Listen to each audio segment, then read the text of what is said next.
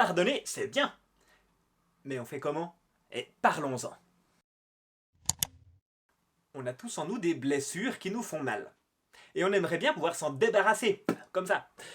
Pour ça, les psychologues et puis Jésus-Christ, tous ils nous disent que c'est bien de pardonner.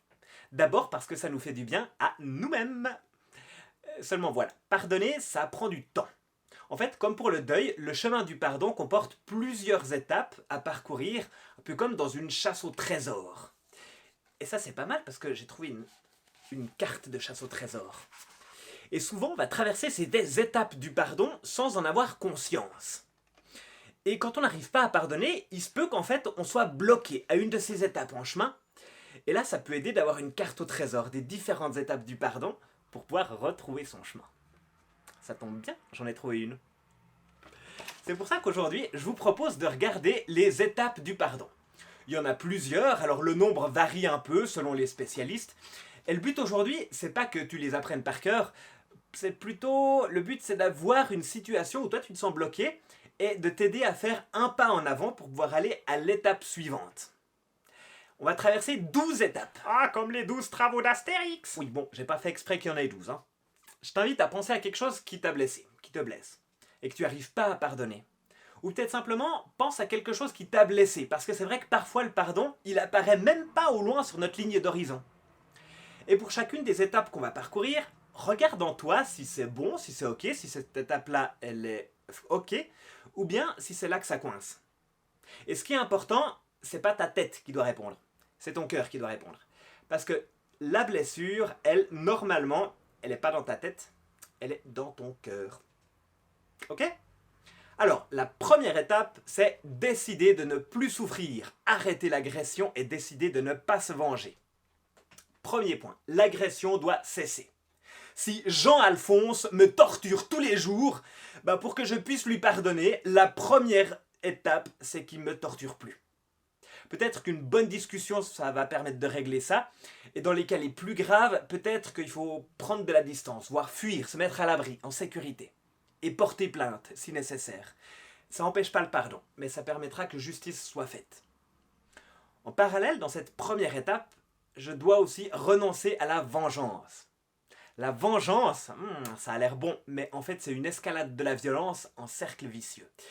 C'est pas faire justice et ça ne permet pas de pardonner. Ouais, c'est déjà pas tout simple, hein, la première étape. Deuxième étape, reconnaître qu'il y a eu une agression. Reconnaître sa blessure et sa pauvreté intérieure. Toi et moi, et les autres humains standards, hein, quand on est blessé, on a tendance à faire un truc, on a tendance à enfouir l'offense, l'agression dans notre subconscient. On rationalise, on se dit qu'il y a pire que soi, on minimise, c'est pas grave, on banalise, on oublie, voilà, c'est bon. Et tout ça, c'est une mauvaise idée. Parce que la blessure, elle reste là. Mais si je l'ai cachée loin en moi, elle va faire naître en moi de la souffrance, sous forme de haine, de culpabilité, de rancœur. Et si on laisse pourrir tout ça, vous avez déjà essayé de laisser pourrir un truc dans votre cuisine? Si on laisse pourrir tout ça, c'est nous-mêmes qu'on laisse pourrir. Et ça va mal aller. Donc, dans la deuxième étape, il est important de reconnaître que oui, je souffre. Hein. Ça sert à rien de se mentir à soi-même. Et dans cette deuxième étape, il va falloir me souvenir de l'offense, de l'agression. Et il me faut reconnaître que mon agresseur est mon agresseur. Et à cette étape, moi je m'en fous de savoir si Jean-Alphonse il n'a pas fait exprès. Il m'a blessé, point. Ma pauvreté intérieure, c'est ça. Je suis un pauvre chou et j'ai été blessé par Jean-Alphonse. Alors oui, je sais, c'est pas très viril, hein, mais les gars, je vous promets, ça marche aussi pour nous. Et Jésus-Christ nous demande de pardonner, pas de refouler nos blessures. Le processus complet, s'il vous plaît, hein, monsieur, dame chrétien. Troisième étape, partager sa souffrance avec quelqu'un. La souffrance, elle nous amène naturellement à nous isoler. C'est-à-dire, soit on reste tout seul, hein, soit on rejoint d'autres personnes qui ont la même souffrance. Ça aussi, c'est s'isoler. Mais on peut s'isoler en groupe. Ouais. Et dans l'un cas comme dans l'autre, ça risque surtout d'aggraver notre souffrance, hein, parce qu'on va laisser macérer tout ça. Hein. Non, dans une troisième étape, c'est bien d'en parler à quelqu'un en qui on a confiance. Quelqu'un en qui on a confiance et surtout qui sera capable de nous écouter avec deux oreilles sans réagir au quart de tour. Alors ça peut être un ami, un proche, un responsable ou un professionnel. Et ça va permettre de revivre la blessure, mais dans un contexte calme et sécurisant. Et ça va permettre de prendre conscience de toutes les émotions qui sont cachées en moi, qui sont liées à cette blessure. La colère, la honte, la culpabilité et tout ça. Déjà, il me faut faire un check-up de ce qui est dans mon cœur. Et en parler, en fait, ça aide à ça. 4e étape. Bien identifier sa perte pour en faire le deuil. Alors, en même temps que les étapes 2 et 3, il est important de bien identifier ce qui a été atteint dans ma vie par la blessure. Puis ensuite, de le différencier de ce qui n'a pas été atteint dans ma vie par l'agression. Différencier ce qu'on m'a fait de ce que je suis, ou de ce dont je suis capable. Si Jean-Alphonse m'a viré injustement, je ne suis pas inapte au travail pour autant. Jean-Alphonse m'a abandonné sur une aire d'autoroute, mais je reste capable de nouer une relation. Ce qu'on t'a fait ne réduit aucune de tes qualités et ta valeur reste la même. 5e étape, accepter et exprimer sa colère. Je suis victime et je suis en colère. La colère, c'est une de mes émotions de base. Tout le monde se met en colère. Si je la refoule, elle va ressortir autrement et je vais dysfonctionner, je vais fonctionner anormalement. La colère, elle doit sortir, sinon elle se retournera contre moi. Oui, même si tu es chrétien. Jésus aussi a parfois été en colère, et les psaumes contiennent beaucoup de colère exprimée par des gens qui ont été blessés. Vous lisez les psaumes, vous en trouverez. Alors pour éviter de faire des bêtises, il y a différentes manières d'exprimer sa colère. On peut le faire de vive voix, quand c'est possible, dire « je suis en colère ». On peut le faire en l'écrivant dans un journal intime, et on écrit toute la colère qu'on a dans ce journal intime.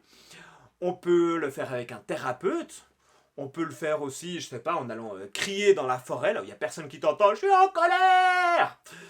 Et si tu es chrétien, tu peux aussi le faire en lisant à haute voix un de ces psaumes où David crie sa colère, justement. Je sais pas, le psaume 139, qui est très beau, à la fin, David crie sa colère. Parfois, mais pas toujours, c'est possible de dire ma colère à celui qui m'a blessé. Mais attention, attention de ne pas agresser mon agresseur en lui disant que je ressens de la colère. Sinon, cercle vicieux, on retourne en rond, il m'agresse, tout ça, et ça aide personne. La façon dont tu exprimes ta colère, elle doit être socialement et relationnellement acceptable. Elle doit sortir, elle ne doit pas faire du mal. Et exprimer sa colère, c'est pas se venger. Ça, on y a renoncé à l'étape 1. Check. 6e étape, se pardonner à soi-même. Arrêter de se sentir coupable et accepter ses propres limites. D'abord, c'est finir de bien identifier ce qui a été atteint en moi. L'agression, elle est venue blesser quoi en moi exactement? Est-ce que c'est mon intégrité physique? Est-ce que c'est mon jardin secret? Est-ce que c'est mon honneur, mon amour-propre, ma réputation? Etc. Ça va aider à me disculper, à enlever la culpabilité. Ensuite, arrêter de se sentir coupable. Accepter mes limites, c'est aussi renoncer à ce que j'aurais voulu faire. On a tous un petit Hollywood dans notre tête, là, avec un petit scénariste qui nous produit plein de films de fiction. Si seulement j'avais dit ça! Si seulement je n'avais pas fait ça! Ah, mais j'aurais pu! Eh ben non, tous ces films à la con, ils ne servent à rien, sauf à te culpabiliser. Donc tu peux les mettre à la poubelle et te pardonner à toi-même. Il n'y a pas de « j'aurais pu faire mieux ». Et puis, ce petit scénariste-là, en nous, il se nourrit de ce qu'on rêve d'être. Il se nourrit de nos blessures anciennes. Il se nourrit de notre peur du rejet. Il se nourrit de choses comme ça. Et si tu sais de quoi se nourrit ton petit scénariste à toi, ce sera plus facile de le laisser de côté. Et parfois, c'est juste le diable qui vient chuchoter à l'oreille de ton petit scénariste. Et là, tu peux lui dire « Va des rétros, au nom de Jésus, va-t'en !» Tu peux le faire. Et toi, arrête de te sentir coupable. Renonce à ton moi idéal que tu fantasmes et qui aurait agi autrement. Non, t'es pas Superman, et c'est très bien comme ça. 7e étape, essayer de comprendre son agresseur. Ça, c'est l'étape numéro 7. N'essaye pas de le faire plus tôt, ça marchera pas. Et si tu te dis que c'est impossible, et c'est peut-être qu'il y a encore un peu de travail à faire dans les étapes précédentes. Comprendre son agresseur, c'est pas l'excuser. C'est pas être faible, c'est pas s'identifier à lui. C'est essayer de comprendre la motivation de l'agresseur, le sens que son acte avait pour lui. Ah, mais si Jean-Alphonse m'insulte tous les jours, c'est parce que c'est la seule façon qu'il a trouvée pour sortir sa colère, qu'il accumule à cause de son chef qui lui fait du mobbing. Pauvre Jean-Alphonse. Comprendre l'agresseur, ça permet d'arrêter de juger l'autre et d'arrêter de se juger soi-même. Ça permet de voir que l'agresseur, c'est peut-être pas l'incarnation du mal, et que certaines des faiblesses qu'il a, et peut-être que j'ai les mêmes en moi. 8e étape. Trouver dans sa vie un sens à sa blessure, et laisser du temps au temps.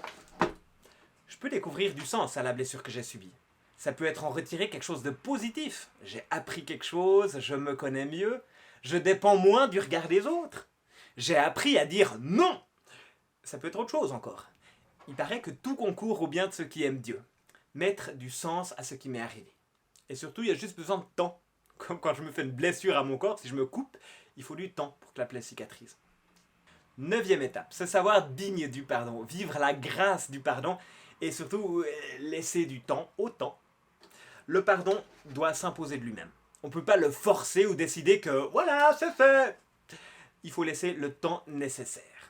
Et là, savoir que Dieu m'a pardonné, ça m'aide à être capable de pardonner aux autres. 10e étape, renoncer à forcer l'agresseur à se comporter d'une manière juste. Et laisser du temps au temps. Le pardon, c'est pas la justice. La justice, elle peut faire son travail en parallèle, c'est ok, c'est très bien comme ça, mais le rôle du pardon, c'est de pardonner. Je renonce à essayer de transformer Jean-Alphonse, mon agresseur. Grâce au pardon, on peut ne pas être d'accord et ne pas imposer notre point de vue aux autres, et quand même être en paix avec les autres. Alors même qu'il en aurait eu le droit, Jésus n'a forcé personne à lui demander pardon. Parce qu'il désirait que le pardon provienne d'un cœur sincère et repentant. Je ne peux pas forcer Jean-Alphonse. 11e étape, on est bientôt au bout. S'ouvrir à un nouvel attachement, à un nouveau projet. Redevenir acteur de sa vie. Ça veut dire je peux agir. J'ai plus de colère contre mon agresseur. Jean-Alphonse, je ne t'en veux plus! La culpabilité, la honte, la souffrance laissent place à l'action, à la reconstruction. J'ai de nouveau envie de m'ouvrir aux autres, j'ai de nouveau envie d'aller de l'avant. Et j'ai toute la vie devant moi. Et devant Dieu, cette vie, elle est même éternelle. 12e étape, décider de mettre fin à la relation, ou alors vouloir la renouveler. Le pardon, cher ami, ça n'implique pas forcément la réconciliation. C'est deux choses différentes. Et la réconciliation, elle est notoirement impossible si l'agresseur est absent ou inconnu. Je ne peux pas me réconcilier avec un type qui n'est pas là. Elle est impossible si l'agresseur est violent ou manipulateur, parce qu'il va juste refaire la même agression.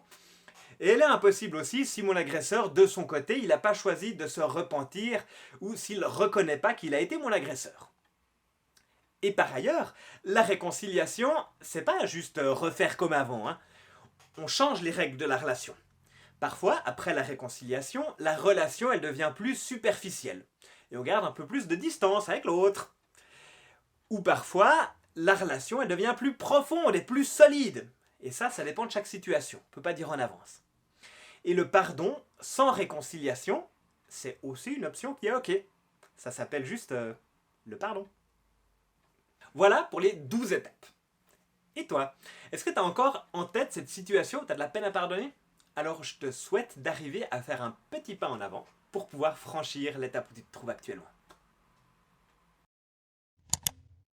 Espèce de moule à gaufre, je te pardonnerai jamais! Ouais, parfois le plus dur c'est de faire le premier pas. Voilà pour la vidéo de la semaine, n'hésitez pas à écrire dans les commentaires ce que vous pensez du pardon, et nous on se retrouve dans 2 semaines pour une prochaine vidéo. À bientôt!